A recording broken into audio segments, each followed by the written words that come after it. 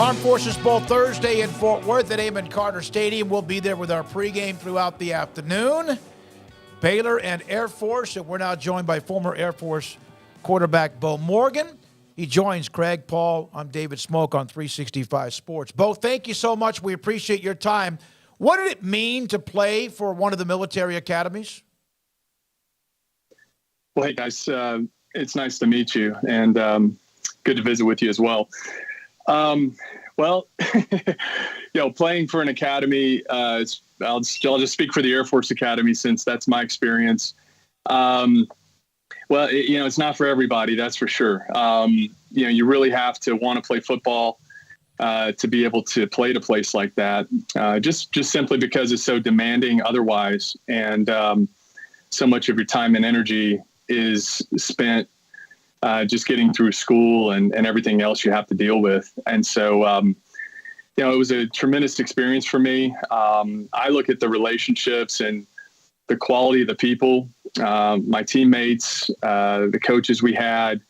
What a special place. I mean, it was just that's one of the reasons I went to the academy, was just thinking that it would be the kind of place where I'd want, have an opportunity to just be with the people of high character and people that you kind of really enjoy being around and competing with and learning from and sharing life with.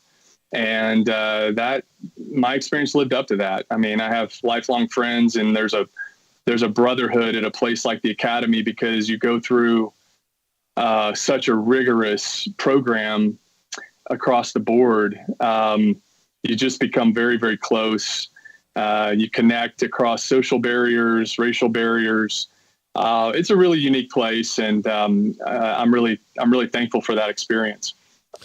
For them to be as consistent as they have been since you were there in the 90s, I mean, there's not really been long stretches of dip. You have a year where it doesn't really work out. How have they been able to maintain that? Whereas, I mean, especially if you look at Army and Navy, they've had maybe a little bit less consistency in that over the longest stretch of the time. Yeah, that's a great question. I don't know if I'm qualified to answer it, but what I would say to that is the quality of the leadership and the coaching from Coach DeBerry, and now with Coach Calhoun. Coach Calhoun was actually my freshman year quarterbacks coach at Air Force. Mike Thiessen, the offensive coordinator there, is someone I coached when I was a GA the year after I graduated, and Mike was a freshman. So my point is there's just kind of a connectedness across the different generations and decades, and a lot of the staff now at Air Force it consists of former players who understand what it means when they sit down with a parent and with a prospective recruit. They can tell them firsthand what they're getting into and what the value of that educational experience is because they did it themselves. So I would just say there's a lot of continuity there. A lot of it you have to give credit to Coach DeBerry, the culture he established, the expectation of winning is an important component to that culture. And then Coach Calhoun has, in a different way, I mean, albeit very much a different style than Coach DeBerry, but he has been able to just carry on that consistent competitive environment. And the other thing I would say is that they do a great job of identifying players from high school who have just a really, really high competitive, and what I call a competitive intelligence. I mean, just guys who they really enjoy competing, probably have a chip on their shoulder. So I'm not sure how that differs from Army or Navy, to be honest with you. I mean, we have been a member of a conference withstanding through that entire time, and they were independent here and there, and I think maybe that's a factor because we always had the first goal of winning the Commander-in-Chief's trophy, but then we always had the goal of winning the conference championship to go along with that, and that was a really important part of the culture as well. During your stretch at Air Force, I believe you went to one bowl game. I believe it was the Copper Bowl, and took on Texas Tech. But how big of a deal was that to be in a postseason game? Well, I'm going to date myself here, guys, but if you recall, back in the day in the 90s, you had to darn near be in the top 25 to get into a bowl game. And that's not hyperbole. That's just the way it was because there weren't many bowl games. My sophomore year, we went 8-4. We beat Utah, who was ranked number 10 in the country, and finished the season closing out, I think, 6 out of 7 games we won. And we did not get a bowl game invite. So it was, I tell that just to say, and you guys know this already because you probably covered college football, or at least were fans of college football back then, but a bowl game was a big deal. And that was one of the other big goals in the program. So when we played Texas Tech, ironically, the year before, if you guys remember, they were the team that limped into the Cotton Bowl at 6-5. From what I remember, they had a better team the year we played them in the Copper Bowl. They just, weren't as good in the conference. But Zach Thomas was their middle linebacker, and Monte Rager and Byron Hanspard and Zebby Lethridge. I mean, it was that team. They were really good. So turned out to be a track meet. We had a great experience just competing in that game, but our defense was a little shorthanded, and we couldn't slow them down. They couldn't really slow us down either. But it was just fun to compete against a quality team like that, and that's why it's an exciting thing for Air Force to line up against a team like Baylor too. I mean, it's probably a bigger deal for Air Force to be playing Baylor than it is for Baylor to be playing Air Force, to be honest with you. But it's a big deal for the program, and those are the kind of games you definitely remember. Beau, you ran the wishbone when you were playing at Trinity Christian Academy. And then, of course, we know the academies all run some sort of option, triple option, flex bone, combination, whatever. Was that just a perfect, seamless transition for you? Well, I'll correct you just a little bit. We actually were really multiple in high school. I think I had 70 career touchdown passes at Trinity Christian Academy, and we ran the double option, but we really didn't run the triple option wishbone. It was kind of just multiple. Okay. And for a team, in the 90s, that was a bit unusual, because we were really balanced. We had a lot of pro style concepts in high school and had a pretty sophisticated high school offense. So I went from learning to read coverages to having to identify where all 11 players on the field were, because that's what you have to do running the triple option. It's a numbers game. You've got to recognize not only coverages, but fronts, and you've got to be ready between the time you break the huddle to the time your hands go under the center to be able to get the offense in the right play, depending on how the defense is lined up. And that's not most plays, that's pretty much every play. So that was a pretty big learning curve for me. But, like I mentioned a minute ago, Coach Calhoun is a really good teacher, and he's a really smart guy. And, he helped introduce me, or he did introduce me, taught me that offense. And it wasn't that easy to learn. It was, I liken it to like putting a muzzle on a horse. You have to, in that offense, when you're running the triple option, there's a certain way to step. You step at 4:00, you step at 8:00. There's a certain way to do this and a way to do that. And it's a very process-oriented offense where there's just a way you have to do everything on every play.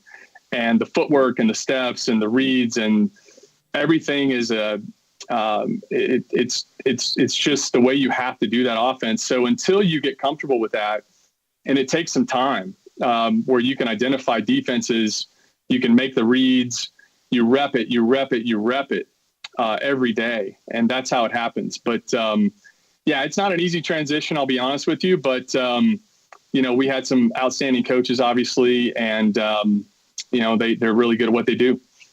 Beau, there was news this week about Army's Andre Carter and the rules changing, and they made amendments so that he can have his opportunity in the NFL based on the rules that when he was there, he's kind of grandfathered in. You had your shot at professional football. That the rules have changed several times over the years about service academy players, and it's a new era in college sports with NIL and all that, which will make it even more difficult for service academies to compete to get some of the talent that might have otherwise maybe considered going there. How do you think the rules should work out for guys like an Andre Carter, like yourself, that have the opportunity to play professional sports? Yeah, I'm probably biased because of my own experience. I mean, my experience was I waited 2 years. That was basically the protocol at the time was, a 2-year active duty commitment, and then petitioned the Secretary of the Air Force to get out, and, tried to have a career with the Cowboys, which I kind of, people say you have a cup of coffee. I had a shot of espresso with the Cowboys. But what, tremendous experience, and wouldn't trade it for anything.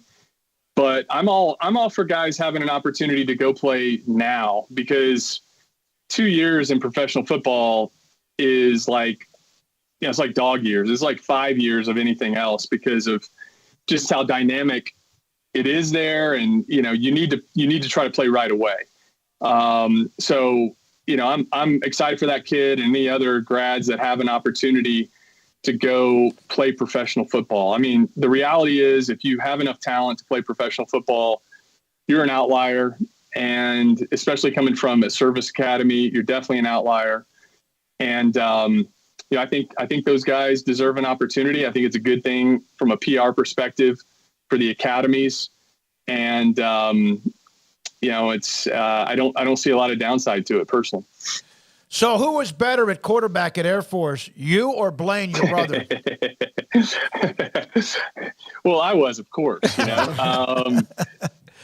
It's funny. Yeah, coaches will ask that Blaine, my brother Blaine's in the college coaching profession, and so that's come up when just casual conversations with other coaches and stuff like that. Yeah, Blaine actually had a better winning record for a long time, until he coached a guy who succeeded him. He had the best winning percentage of any starting quarterbacks in the history of the academy. I think he was like 20-4 or something like that. Crazy. And I wasn't that successful from a wins-loss perspective. But we had different styles, Blaine was such a great ball handler and decision maker, and he was tough, and he threw the ball well, and he had a really good supporting cast, but he knew how to use those guys. So I was more of a kind of like, sometimes I had to put the whole game on my back and, carry the ball 30 times. And Blaine was a little bit more balanced with the way he attacked it and the way they schemed it up at that time. So, we were really different players, but, so it's kind of, what style you prefer, I guess. He won more games, but I was probably a little harder to defend, if that's fair enough. No, it's a great answer. Appreciate it. Former Air Force quarterback Beau Morgan with us on 365 Sports. Okay, Beau, I just got this text from a friend of mine, Michael Shornack. He played at Rker, and he said, when I was a junior and senior at Rker, I got my ass kicked by Beau Morgan twice in the state semifinals. Do you remember those games against Waco Rker? I do remember a lot of those games. I remember playing Rker. I remember playing at Rker in a mud bowl game against St. Pius in a semifinal game. And this again is going to make me sound super old, but at the time there was no overtime, and we tied St. Pius, and we advanced to the state finals on penetrations. Actually, we may have tied on penetrations. We beat them on first downs. I can't remember, but that's what I remember about Waco Rker was playing, playing in a game. Actually, that may have been at Midway, now that I'm thinking about it. Anyway, but we played Rker. Those guys were really competitive, and, playing in taps at that time, we were kind of like the redheaded stepsister. We were, nobody gave us a lot of respect, but private school football in Texas, from what I understand, looks a little different today. So, but it was still competitive back then, and, a great experience for me. I think that what you were a part of the surge, Beau and Blaine and others, That's right. That really kind of developed, I think, and sent private school football even deeper into the state. I think there are more schools now that probably play at a higher level than what it used to be. Rker, Bishop Lynch, St. Pius in Houston, maybe and a couple of others like you mentioned. Yeah. I'll take that. Yeah. I think you're right. I mean, we were kind of pioneers, and I mean, I don't want to, I'm not trying to, don't take this the wrong way. I'm not trying to toot my own horn, but in high school, I was a 10-900 guy and long jump 23-7. And I couldn't really get a sniff, from D1. I mean, I had the Air Force offer. Baylor did recruit me for a while. I don't know if you guys knew this, but my dad he played at Baylor, and my brother and I grew up, saying sick 'em, and went to Baylor, Texas games, met Tom Mickey and Cody Carlson and Mike Singletary. I mean, those were our heroes growing up. So I really wanted to go to Baylor. And then my junior year is when Coach Taft retired. And when the new coach came in, I think Coach Taft would have maybe offered me a scholarship, and then he went a different direction. But my point is, to your point, that, even by today's metrics, I was probably a decent athlete. But I just didn't get recruited because for one thing, I'm 5'10", and, for another thing, we really did not get a lot of respect coming out of the private schools.